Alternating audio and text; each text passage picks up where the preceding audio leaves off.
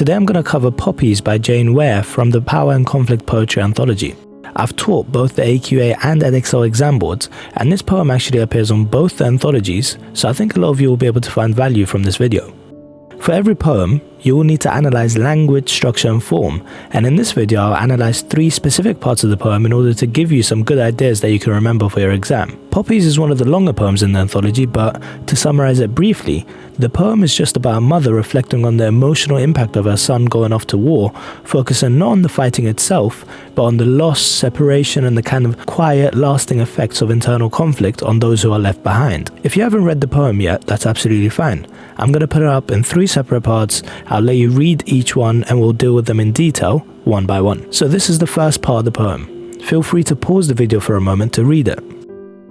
You can see that the beginning of the poem focuses on the moments just before the son leaves for war. Here, the mother is shown in a protective, caring role, doing small domestic actions like pinning the poppy to his lapel and smoothing his clothes. I want to zoom in even further on this specific quote.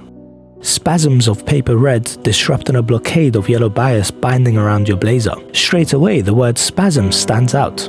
This is violent language, and it has strong connotations of pain and suffering. A spasm is something you can't control. On one level, it hints that the mother's emotions are sudden and overwhelming, but on another level, it could also be foreshadowing the pain and suffering that her child is going to be going through during the war.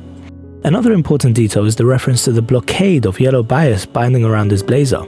If you aren't sure what the yellow bias is referring to, it's simply the yellow edging on the blazer, and it's supposed to be something neat and orderly. What matters most though is that the spasms of paper red, which is the poppy, are disrupting that blockade.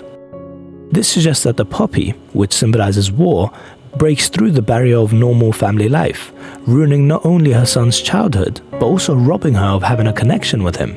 The next part I want to focus on is the middle of the poem, and again I'm going to give you a moment to read it, so you can feel free to pause the video now. Here, the poem shifts away from the moment of departure and moves into reflection and memory, showing how time has passed and how the mother is now left alone with her thoughts. I want to zoom in even further on this specific part. A split second and you were away, intoxicated. After you'd gone, I went into your bedroom, released a songbird from its cage. Structurally, a split second emphasizes how quickly everything changes. The sibilance in this line creates a sense of time slipping away, showing how the moment of separation feels both instant and irreversible. The word intoxicated is important because it's not literal. It suggests a childlike excitement and sense of freedom, showing how the son is caught up in the thrill of leaving while the mother is already feeling the loss. The word gone suggests that time has moved on, and some readers even interpret it as a euphemism, hinting at his possible death later on. Also, the metaphor of releasing a songbird from its cage can be interpreted in 2 ways. On one level, it represents the mother letting her son grow up and gain independence, but on another level, it shows the mother releasing her emotions, accepting her separation from him. The final part of the poem, then, is this, and again, you can take a moment to read it. The mother is now at the war memorial, and this is where her grief becomes most exposed. It says, "The dove pulled freely against the sky, an ornamental stitch. I listened, hoping to hear your playground voice catching on the wind." The dove is highly symbolic. It traditionally represents peace, but it can also allude to the spiritual world and death, suggesting that her son now exists beyond the physical world. Unlike earlier in the poem, her grief is no longer contained or internal. It's being released. Structurally, the enjambment emphasizes the emotional distance between the mother and her son.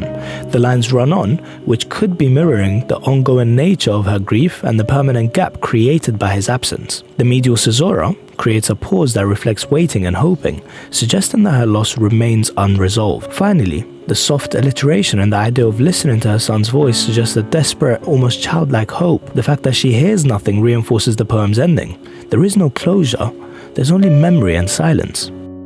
The last thing I want to comment on is the fact that the poem is written as a dramatic monologue and uses free verse with no regular rhyme scheme. This is important because it allows the reader direct access to the mother's private thoughts and emotions, making the poem feel personal, but also kind of confessional. And I want to finish off the video with a bit of context about the poet.